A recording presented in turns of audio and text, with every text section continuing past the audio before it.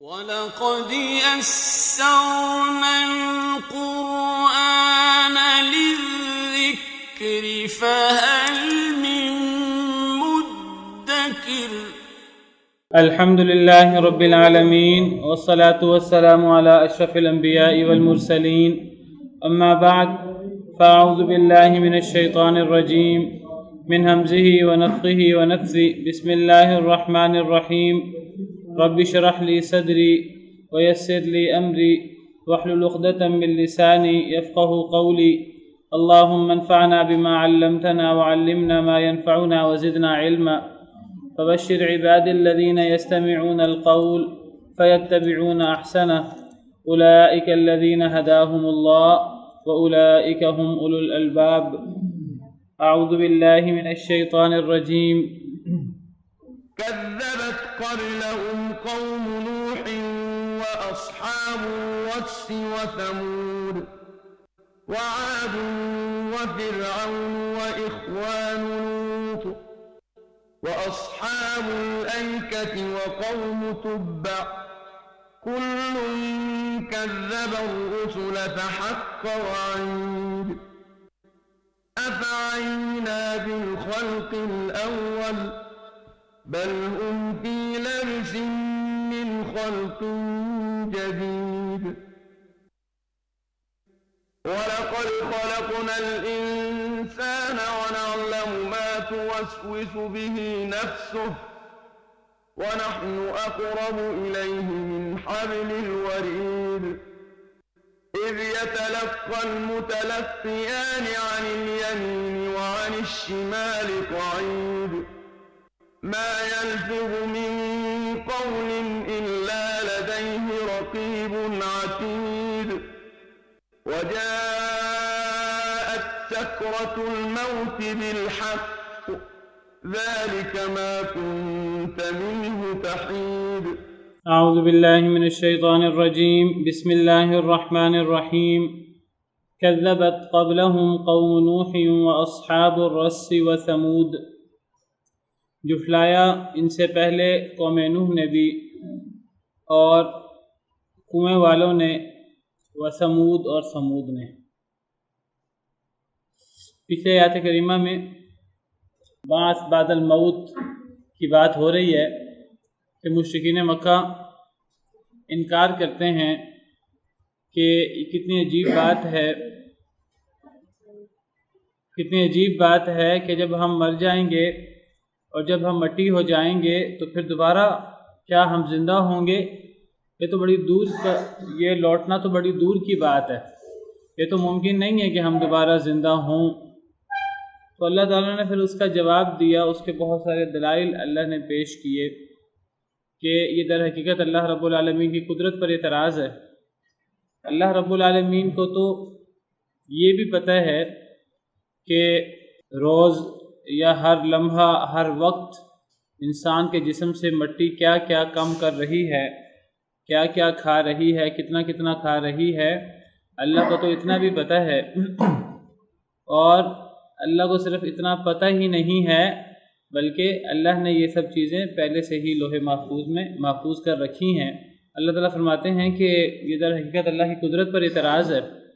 جو اللہ رب العالمین آسمان زمین جیسی عظیم مخلوقات کو جس نے پیدا کیا ہے اور اس کائنات کے اندر ہر چیز اللہ رب العالمین نے پھیلائی ہے، پیدا کی ہے، آسمان سے پانی اللہ نے اتارا ہے، اس سے خوشنما باغات اللہ نے اگائے ہیں، تو وہ اللہ جو فعال لما یرید ہے، وہ اللہ کہ جب اس نے کوئی کام کرنا ہوتا ہے تو بس وہ کن کہہ دیتا ہے تو وہ کام ہو جاتا ہے۔ تو اس اللہ کے لیے کیا مشکل ہے کہ اللہ انسان کو مرنے کے بعد دوبارہ پیدا کر سکے۔ وہ اللہ جو انسان کو پہلی دفعہ پیدا کرتا ہے تو اس کے لیے دوبارہ پیدا کرنا تو پہلے دفعہ پیدا کرنے کی بنسبت آسان ہوتا ہے۔ یہ سارے دلائل اللہ تعالیٰ نے جو ہیں وہ بیان فرمائے۔ پھر اللہ نے فرمایا کہ جو اللہ تعالیٰ مردہ شہر کو زندہ کرتے ہیں پانی سے، تو وہ اللہ تعالیٰ انسانوں کو مرنے کے بعد دوبارہ کیوں نہیں پیدا کر سکتے؟ انسانوں کو بھی اللہ نے مرنے کے بعد دوبارہ اسی طرح ہی پیدا کرنا ہے جس طرح ایک شہر جو ہے مردہ شہر پانی کے ذریعے اللہ تعالیٰ جو ہے وہ اسے زندہ کر دیتے ہیں، تو تو انسان کی جو مرنے کے بعد کی زندگی ہے وہ بھی اس کے قریب قریب ہوگی۔ تو بہرحال اللہ تعالیٰ نے دلائل پیش کیے، عقلی منطقی دلائل، جس سے مرنے کے بعد کی زندگی ثابت ہوتی ہے۔ لیکن اللہ تعالیٰ فرماتے ہیں کہ یہ دلائل اصل میں ہر بندے کو فائدہ نہیں دیتے۔ یہ دلائل اس بندے کو فائدہ دیتے ہیں جو سمجھنا چاہے، جو ایمان لانا چاہے، جو اللہ کے قریب ہونا چاہے، اس کو یہ دلائل فائدہ دیتے ہیں۔ تبصرۃ و ذکریٰ لکل عبد منیب، یہ ساری بصیرت کی باتیں ہیں، یہ ساری نصیحت کی باتیں ہیں، لیکن عبد منیب کے لیے، ایک رجوع کرنے والے بندے کے لیے۔ ہر بندے کو یہ بصیرت اور یہ نصیحت حاصل نہیں ہوتی۔ ایسے لوگ بھی ہیں کہ آپ انہیں ہزاروں دلائل بھی پیش کر دیں، ہزاروں نشانیاں بھی پیش کر دیں، پھر بھی وہ ایک چیز کو نہیں مانیں گے، ایک چیز کا انکار کر دیں گے۔ اس کی وجہ یہ نہیں کہ دلائل میں کوئی کمی ہے، اس کی وجہ یہ ہے کہ ان لوگوں نے ماننا ہی نہیں ہے۔ اللہ تعالیٰ فرماتے ہیں کہ کچھ لوگوں کی حالت یہ ہوتی ہے کہ اگر ان کو اللہ بہت بڑی نشانی بھی دکھا دے نا، وَلَوْ فَتَحْنَا عَلَيْهِمْ بَابًا مِّنَ السَّمَاءِ، قرآن کریم میں موجود ہے، وَلَوْ فَتَحْنَا عَلَيْهِمْ بَابًا مِّنَ السَّمَاءِ فَظَلُّوا فِيهِ يَعْرُجُونَ، اگر ہم ان کے سامنے آسمان کا دروازہ کھول دیں اور یہ اس آسمان کے جو دروازے کھل جائیں ان کے سامنے، اور جو سیڑھیاں جو ہیں وہ نظر آنا شروع ہو جائیں، یہ ان میں چڑھنا بھی شروع کر دیں، لَقَالُوا إِنَّمَا سُكِّرَتْ أَبْصَارُنَا، یہ اس نشانی کو، اس معجزے کو بھی تسلیم نہیں کریں گے، یہ کہیں گے کہ ہماری آنکھیں مدہوش ہو گئی ہیں، بل نحن قوم مسحورون، بلکہ ہم پہ جادو ہو گیا ہے۔ تو کچھ لوگ ہیں کہ ان کو ہزاروں نشانیاں بھی دکھائی جائیں تو وہ تب بھی نہیں مانتے۔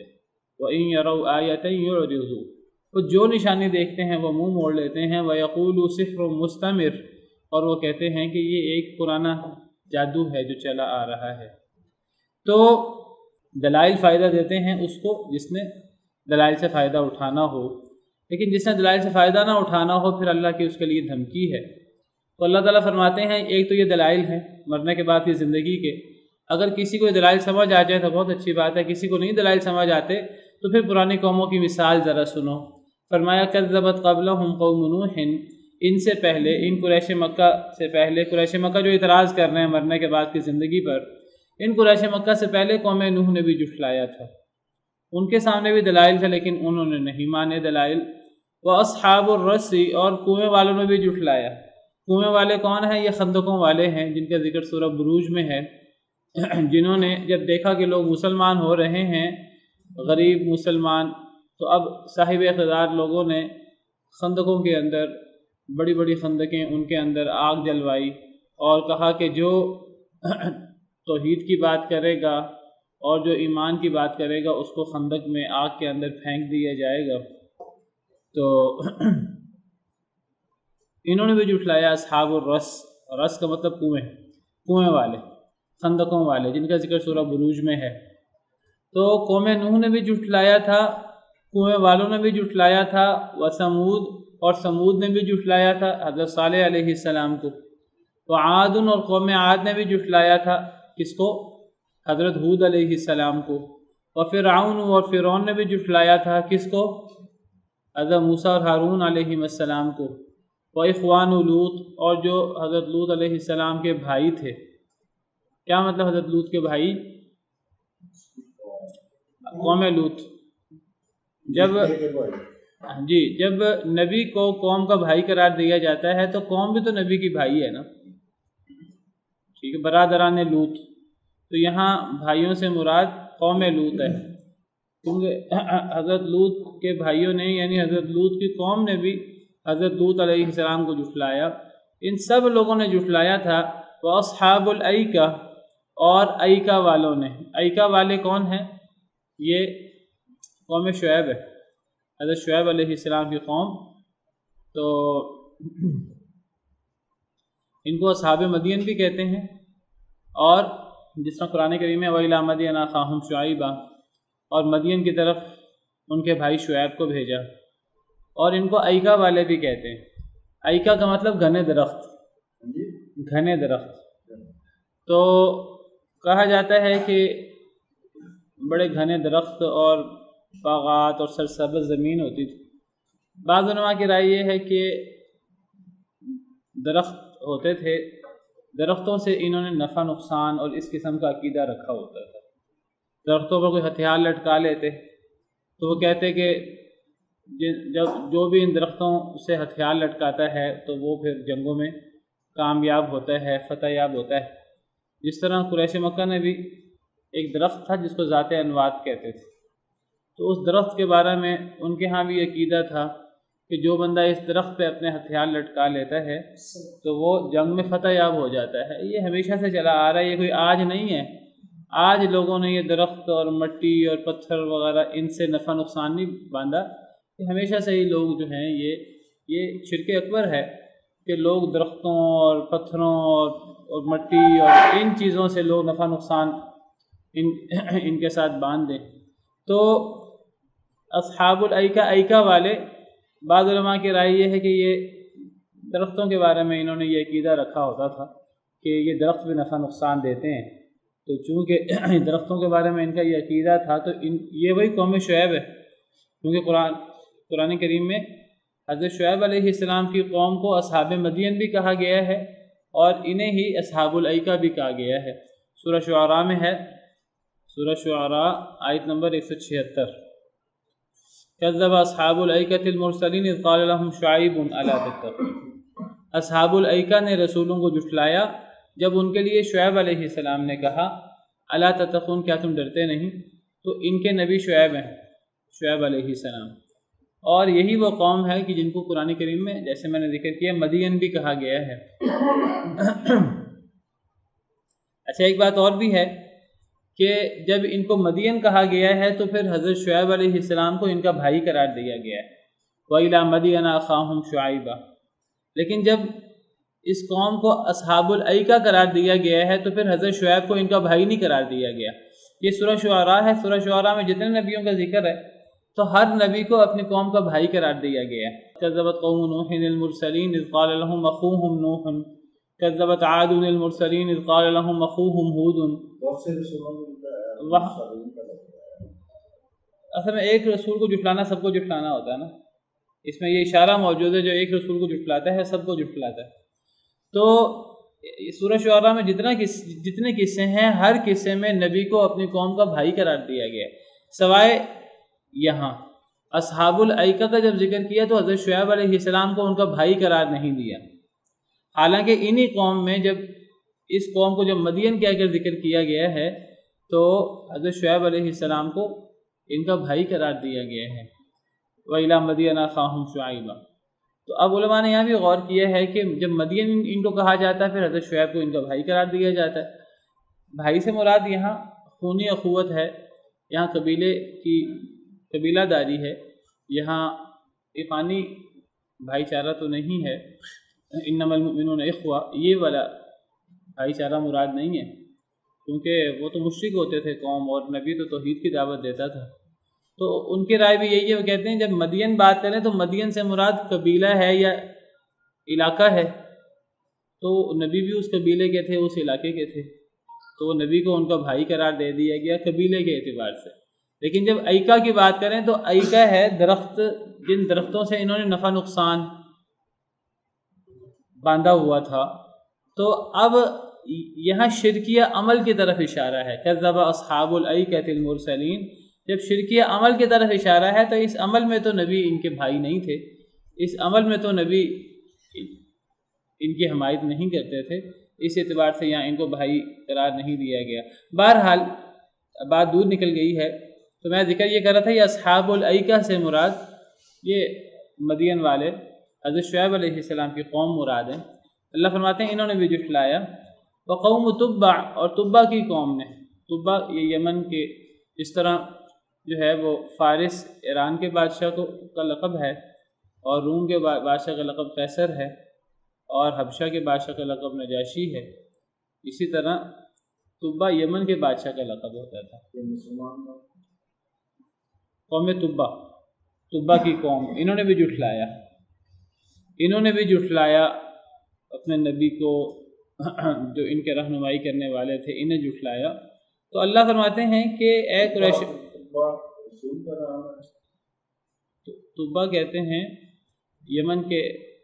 یمن کے بادشاہ کا لقب ہے طبا، تو یہ یمن کی کوئی قوم ہے، یمن کی قوم، تو انہوں نے بھی جھٹلایا یہاں جی یہاں رسولوں کے نام اللہ نے ذکر ہی نہیں کیے، کسی ایک نبی کا نام بھی نہیں ہے، صرف قوم نوح آیا ہے اور کسی نبی کا نام نہیں آیا، قوموں کا ذکر ہے۔ اللہ فرما رہے ہیں کہ اصل میں قریش مکہ کو تنبیہ کرنا مقصود ہے کہ اگر تم ان دلائل کے باوجود بھی نہیں مانو گے مرنے کے بعد کی زندگی کو تو نہ مانو، اگر تم نہیں مانو گے اللہ تمہیں تباہ و برباد کر دیں گے، جس طرح تم سے پہلے قوم نوح نے اور کنویں والوں نے اور قوم سمود نے اور قوم عاد نے اور قوم فرعون نے اور قوم لوط نے اور حضرت شعیب علیہ السلام کی قوم نے، اصحاب الایکہ اور قوم طبا نے جھٹلایا تھا۔ کل کذب الرسول، ان تمام نے رسولوں کو جھٹلایا تھا، اپنے رسولوں کو انہوں نے جھٹلایا تھا۔ ان کی طرف کون کون سا رسول تھا؟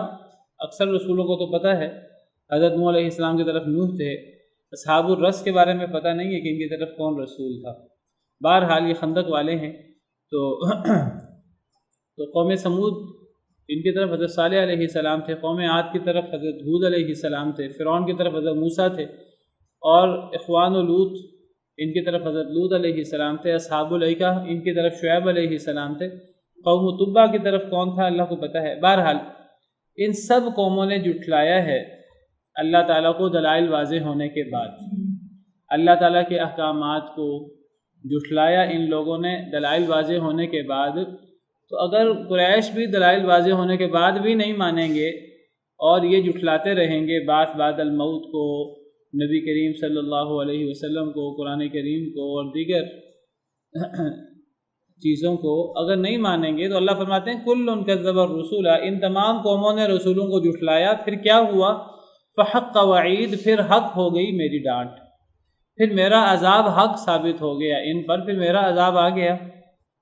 اور وہ پھر عذاب اللہ نے قرآن میں بیان کیے ہیں، کتنے دردناک اور ہولناک قسم کے عذاب آئے، تو اللہ نے قرآن کریم بھرا پڑا ہے۔ قوم نوح کو اللہ تعالیٰ نے جو ہے وہ بارش کے ذریعے اللہ نے تباہ و برباد کر دیا۔ اصحاب الرس کا ذکر نہیں ہے کہ اللہ نے ان کو کیسے تباہ و برباد کیا۔ بہرحال قوم سمود کو اللہ تعالیٰ نے زلزلے کے ذریعے، چیخ کے ذریعے تباہ کیا۔ قوم عاد کو اللہ نے ہوا بھیج کر جو 7 راتیں اور 8 دن چلتی رہی تباہ کیا۔ قوم فرعون کو اللہ نے سمندر میں غرق کر کے تباہ کیا۔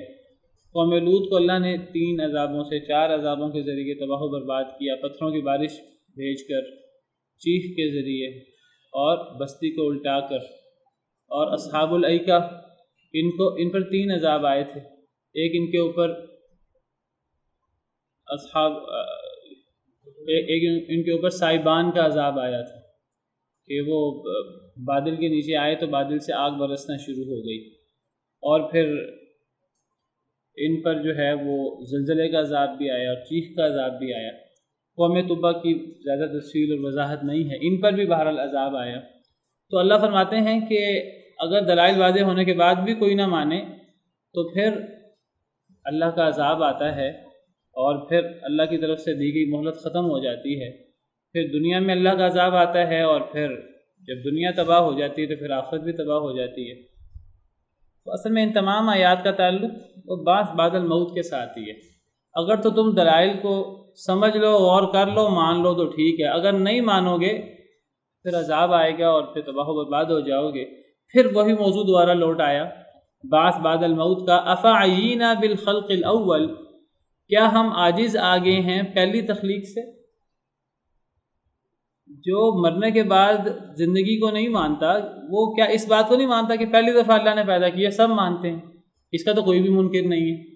پہلی دفعہ پیدا کرنے والا کون ہے؟ اللہ۔ جب پہلی دفعہ اللہ نے پیدا کیا ہے تو اللہ فرماتے ہیں کیا ہم پہلی دفعہ پیدا کرنے کے بعد اب ہم تھک گئے ہیں، اب ہم عاجز آ گئے ہیں، اب ہم سے دوبارہ نہیں پیدا کیا جائے گا؟ پہلی دفعہ پیدا کرنے کے بعد دوبارہ پیدا کرنا تو بہت آسان ہوتا ہے۔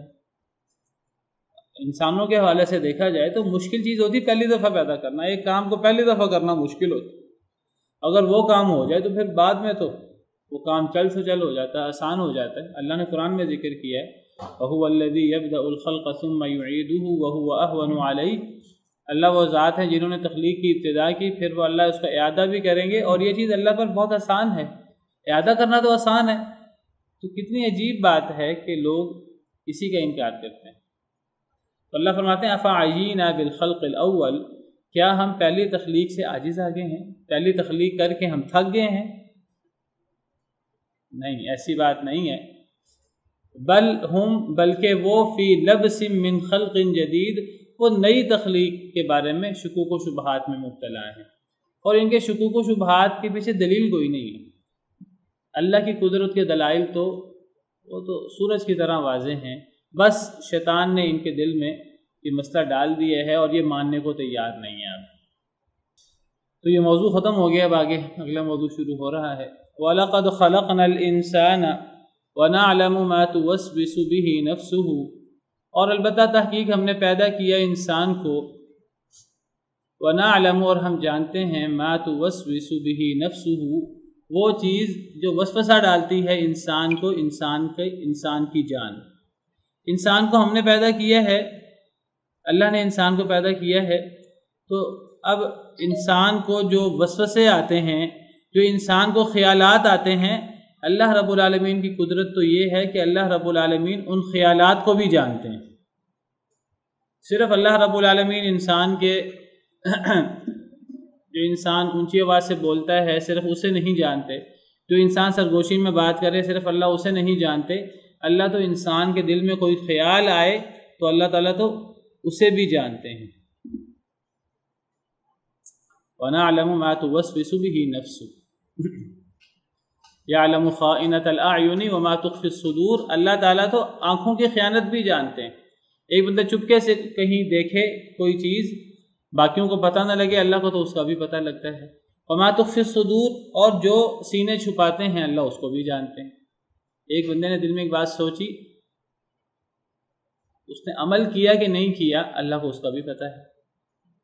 بلکہ حدیث میں تو یہاں تک آتا ہے، حدیث مبارکہ میں صحیح حدیث ہے، سیدنا ابو ہریرہ سے مروی ہے کہ نبی کریم صلی اللہ علیہ وسلم نے فرمایا ان اللہ تجاوز لی عن امتی، بے شک اللہ تعالیٰ نے معاف کر دیا ہے میری امت سے، ما وسوست به صدورها، جو ان کے دل میں وسوسے آئیں، جو انسان کے دل میں وسوسے آتے ہیں تو وہ اللہ نے معاف کر دیا ہے، ان وسوسوں پر پکڑ نہیں ہوتی۔ کب تک؟ ما لم تعلم او تکلم، جب تک عمل انسان نہیں کرتا یا جب تک انسان منہ سے بولتا نہیں ہے، دل میں خیال آنے سے پکڑ نہیں ہوتی جب تک انسان عمل نہ کرے۔ جب انسان عمل کرتا ہے تب پھر وہ اچھا یا برا عمل وہ عمل لکھا جاتا ہے۔ اگر ایک انسان کے دل میں خیال آئے، برے عمل کی بات ہو رہی ہے کیونکہ معافی کی بات ہو رہی ہے، تو معافی کا تعلق برے عمل سے ہوتا ہے۔ اللہ نے معاف کر دیا میری امت سے جو اس کے دل میں وسوسہ آئے برائی کا وسوسہ آئے، اللہ اس کی پکڑ نہیں کرتے جب تک کہ وہ انسان اس پہ عمل نہ کر لے۔ جب انسان عمل کرتا ہے تو پھر وہ ایک برا عمل لکھا جاتا ہے۔ باقی اگر اچھا خیال آئے دل میں، اچھا خیال آنے پر بھی ثواب ملتا ہے، ایک نیکی ملتی ہے، اور اگر انسان عمل کر لے پھر 10 نیکیاں ملتی ہیں۔ ہاں، برا خیال آتا ہے لیکن پھر انسان اللہ سے ڈر کے عمل نہیں کرتا تو اس کو گناہ نہیں ملتا۔ ایک انسان سوچتا ہے کہ چوری کروں گا پھر نہیں کرتا تو یہ پکڑ نہیں اس پر ہوتی۔ جی، انسان کو جھٹکنا چاہیے، لیکن ویسے شیطان دل میں وسوسہ ڈال دے تو انسان اس کو اعوذ باللہ پڑھے، اس کو جھٹکنے کی کوشش کرے تو بالکل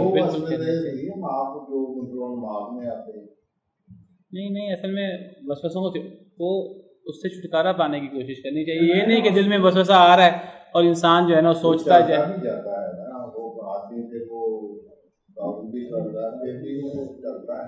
وہ چلتا تب جاتا جب انسان بھی اس کی طرف متوجہ رہے۔ جب انسان کو کوشش کرنی چاہیے انسان ان کو اپنے سے دور کرے۔ بہرحال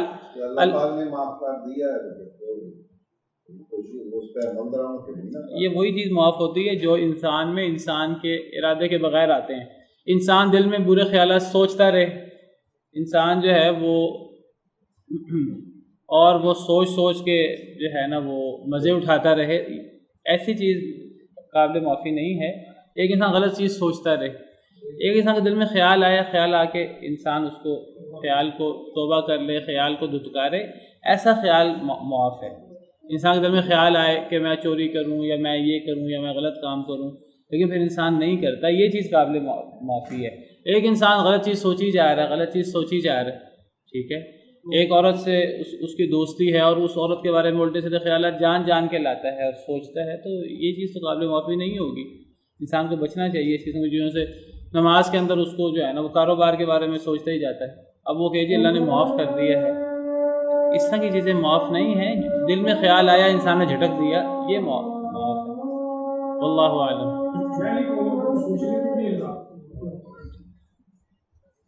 وَإِن تُبْدُوا مَا فِي أَنفُسِكُمْ أَوْ تُخْفُوهُ يُحَاسِبْكُم بِهِ اللَّهُ، قرآن کی آیت ہے، تم ظاہر کرو یا چھپاؤ اللہ محاسبہ کریں گے، یہ بھی قرآن کی آیت ہے۔ دکھاتا ہوں ابھی اذان کے بعد۔ یہ جو بات ہے نا کہ انسان کے دل میں جو خیال آتے ہیں اس پہ پکڑ نہیں ہوتی، یہ بات عمومی نہیں ہے۔ اصل میں دل میں کوئی خیال آنا اور انسان اس خیال کو جھٹک دے، دیکھیے شیطان وسوسہ ڈالتا ہے نا، شیطان دل میں برے خیال لاتا ہے۔ اگر ایک انسان اس کو جھٹک دے اور انسان اس سے جان چھڑانے کی کوشش کرے تو یہ جو دل میں برا خیال آیا، کئی بار بڑے برے عجیب و غریب خیال آتے ہیں اللہ کے بارے میں، نبی کے بارے میں، نیک لوگوں کے بارے میں، شیطان کی طرف سے آتے ہیں۔ انسان کو ان کو جھٹکنے کی کوشش کرنی چاہیے، پھر پکڑ نہیں ہوتی۔ لیکن اس کا مطلب یہ نہیں ہے کہ انسان دل میں جو بھی سوچے، جس طرح ایک ہاتھوں کا ایک عمل ہے، پاؤں کا ایک عمل ہے، زبان کا ایک عمل ہے، ایک دل کا عمل بھی ہے، تو اس پر جزا اور سزا بھی ہے۔ یہ سمجھنا کہ دل کے عمل پہ کوئی سزا نہیں ملتی، یہ بات صحیح نہیں ہے۔ یہ دیکھیے یہ قرآن کی آیت ہے، سورہ بقرہ کی آیت نمبر 284، للہ ما فی السماوات و ما فی الارض وان تبدوا ما فی انفسکم او تخفوہ یحاسبکم بہ اللہ۔ تو جو تمہارے دلوں میں ہے اگر تم اسے ظاہر کرو یا تم اسے چھپاؤ، اللہ اس کا محاسبہ کریں گے۔ تو جو انسان کے دل میں ہے وہ انسان اس کو ظاہر کرے یا چھپائے، اس کو محاسبہ ہو سکتا ہے۔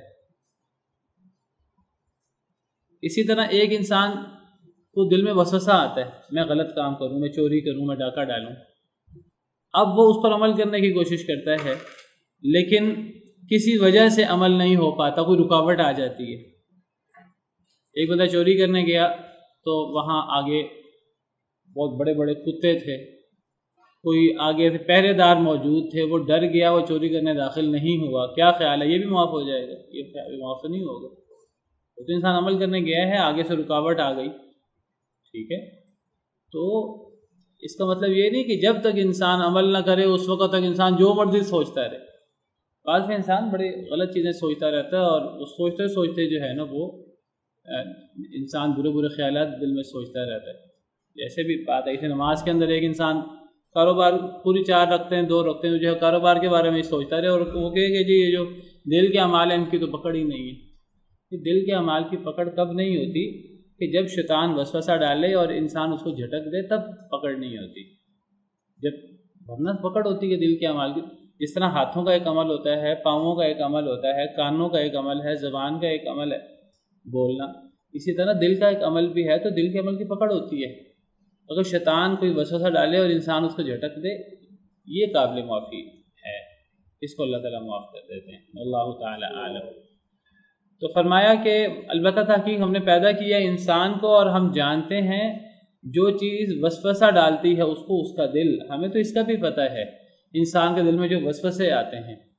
وَنَحْنُ أَقْرَبُ إِلَيْهِ مِنْ حَبْلِ الْوَرِيدِ، اور ہم زیادہ قریب ہیں انسان کے من حبل الورید، شاہ رگ سے بھی، انسان کی شاہ رگ سے بھی زیادہ ہم انسان کے قریب ہیں۔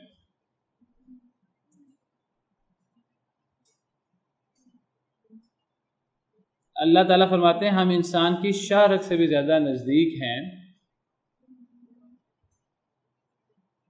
اللہ تعالیٰ کے بارے میں تو اللہ تعالیٰ تو عرش پر ہیں، قرآن کریم میں ہے الرحمن علی العرش استوى ثم استوى علی العرش۔ تو پھر اب اللہ کا یہ فرمانا کہ ہم انسان کی شاہ رگ سے بھی زیادہ قریب ہیں، اس سے کیا مراد ہے؟ بعض علماء نے کہا کہ اس سے مراد ہے علم کے اعتبار سے، اللہ فرماتے ہیں ہم انسان کی شاہ رگ سے بھی زیادہ قریب ہیں، یعنی اللہ اپنی صفات کے اعتبار سے، مدد کرنے کے اعتبار سے، سننے اور دیکھنے کے اعتبار سے اللہ تعالیٰ جو ہیں وہ انسان کی شاہ رگ سے بھی زیادہ نزدیک ہیں۔ جیسے اللہ تعالیٰ نے حضرت موسیٰ اور حضرت ہارون کو کہا تھا جاؤ فرعون کے پاس جاؤ، جا کر اسے واعظ کرو، تو حضرت موسیٰ اور حضرت ہارون نے کہا کہ فرعون ہم پہ زیادتی کرے گا اور ہمیں نقصان پہنچائے گا، ربنا اننا نخاف ان یفرط علینا او ان یطغى، تو اللہ نے فرمایا تھا قال لا تخافا اننی معکما اسمع وارى، اللہ نے فرمایا تھا تم ڈرو نہیں، میں تمہارے ساتھ ہوں، میں دیکھ بھی رہا ہوں، سن بھی رہا ہوں۔ تو گویا کہ اللہ تعالیٰ ہر ایک کے ساتھ ہوتے ہیں۔ پہلے یہ موضوع ہم نے پڑھا ہے کہ اللہ تعالیٰ ہر انسان کے ساتھ ہوتے ہیں اپنی صفات کے اعتبار سے، اپنے علم کے اعتبار سے۔ باقی اللہ تعالیٰ تو بذات خود وہ عرش پہ مستوی ہیں، جیسے قرآن کریم میں جگہ جگہ اللہ تعالیٰ بلند ہیں، سب سے بلند ہیں، اللہ عرش پہ مستوی ہیں، جیسے اللہ کی شان کو لائق ہے۔ تو پھر اللہ فرماتے ہیں ہم انسان کی شاہ رگ سے بھی زیادہ نزدیک ہیں، یعنی مراد یہ ہے کہ دعائیں قبول کرنے کے اعتبار سے، سننے کے اعتبار سے، انسان کے حالات سے واقف ہونے کے اعتبار سے۔ امام ابن کثیر فرماتے ہیں کہ یہاں مراد اللہ کے فرشتے مراد ہیں۔ وہ کہتے ہیں کہ اگر غور کریں ان آیات میں تو فرشتوں کی بات ہو رہی ہے۔ کیسے؟ اگلی آیت میں فرشتوں کی بات ہو رہی ہے، وہ کہتے ہیں وَنَحْنُ أَقْرَبُ إِلَيْهِ مِنْ حَبْلِ الْوَرِيدِ، ہم زیادہ قریب ہیں انسان کے من حبل الورید، اس کی شاہ رگ سے بھی۔ اگلی آیت ذرا پڑھیں، اذ یتلقى المتلقیان، جب لے لیتے ہیں دو لینے والے، عن الیمینی دائیں جانب سے، وعن الشمالی اور بائیں جانب سے، قعید بیٹھے ہوتے ہیں۔ یعنی انسان کوئی لفظ منہ سے نکالتا ہے، دائیں جانب فرشتہ بیٹھا ہے، بائیں جانب فرشتہ بیٹھا ہے، کرامن کاتبین، تو وہ انسان کوئی اچھی بات کرے بری بات کرے تو فرشتے تو بیٹھے ہیں اس کو لکھنے کے لیے اور اس کو محفوظ کرنے کے لیے، وہ چیز انسان کے نامہ اعمال میں آ جاتی ہے۔ تو فرشتوں کی بات ہو رہی ہے، تو امام ابن کثیر رحمہ اللہ فرماتے ہیں کہ وَنَحْنُ أَقْرَبُ إِلَيْهِ مِنْ حَبْلِ الْوَرِيدِ سے مراد اللہ قریب ہیں، یعنی اللہ کے فرشتے قریب ہیں، گویا کہ اللہ ہی قریب ہیں، وہ فرشتے لکھ رہے ہیں ہر انسان کا عمل۔ وہ کہتے ہیں کہ اللہ نے ایک اور جگہ فرمایا ہے کہ اللہ نے اپنے بارے میں فرمایا وَنَحْنُ أَقْرَبُ إِلَيْهِ مِنْكُمْ، کہ جب انسان مرتا ہے تو سورہ واقعہ میں تو اللہ تعالیٰ فرماتے ہیں کہ فَلَوْلَا إِذَا بَلَغَتِ الْحُلْقُومَ، جب جان حلق میں پہنچ جاتی ہے اور جب تم دیکھ رہے ہوتے ہو، وَنَحْنُ أَقْرَبُ إِلَيْهِ مِنْكُمْ، اور ہم اس مرنے والے کے زیادہ قریب ہوتے ہیں تم سے، وَلَٰكِن لَا تُبْصِرُونَ، لیکن تم دیکھتے نہیں۔ امام ابن کثیر کہتے ہیں یہ آیت ہو یا یہ آیت جو ہم پڑھ رہے ہیں وَنَحْنُ أَقْرَبُ إِلَيْهِ مِنْ حَبْلِ الْوَرِيدِ، دونوں سے مراد فرشتے ہیں۔ فرشتے جو ہیں وہ روح قبض کرنے کے لیے آتے ہیں نا، تو اللہ فرما رہے ہیں کہ